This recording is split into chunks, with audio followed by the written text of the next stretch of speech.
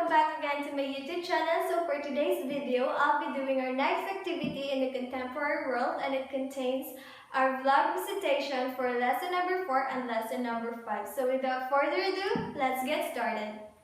Here are the following questions for lesson number 4. Question number 1. Discuss the power of international organization.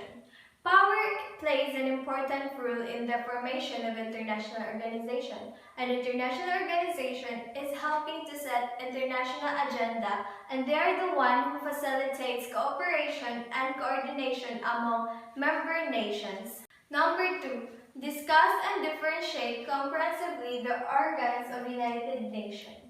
United Nations has 6 main organs, and those are General Assembly. General Assembly is the main deliberative and policy making, and it is also the representative organ of the United Nations. Next is the Security Council. Security Council has primary responsibility under United Nations Charter, and it is for the maintenance of international peace and security. Next is the Economic and Social Council. Economic and Social Council is the principal body of coordination, policy review, policy dialogue, and recommendations on economic, social, and environmental issues.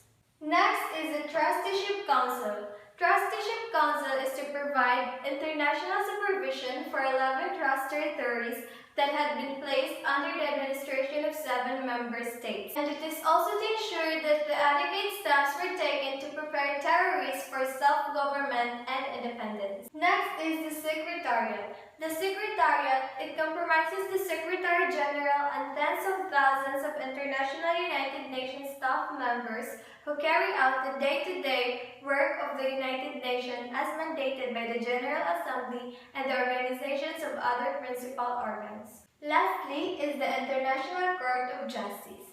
The International Court of Justice is the principal judicial organ of United Nations. Its role is to settle in accordance with international law, to give advisory opinions on legal questions referred to it by authorized United Nations organs and specialized agencies. And that's all for lesson number 4. Let's proceed to lesson number 5. This is the chart for my lesson number 5.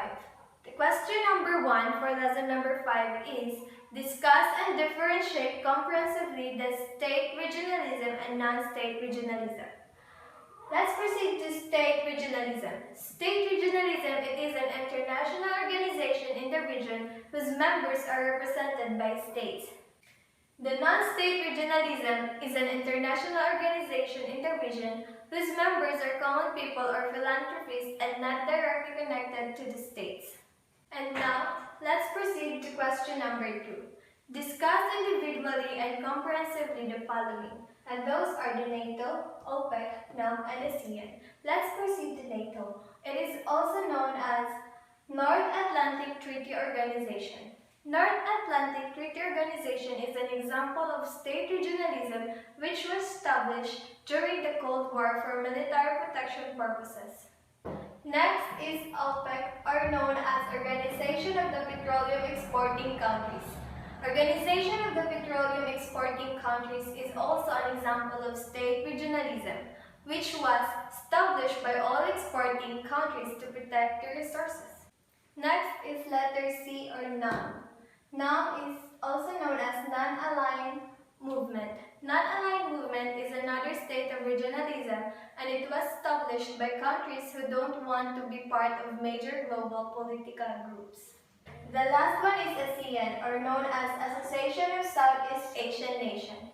Association of Southeast Asian Nations is a state regionalism that was established in order to boost the economy of the members' countries. And that's all for today's video. Thank you for listening and watching. See you when I see you.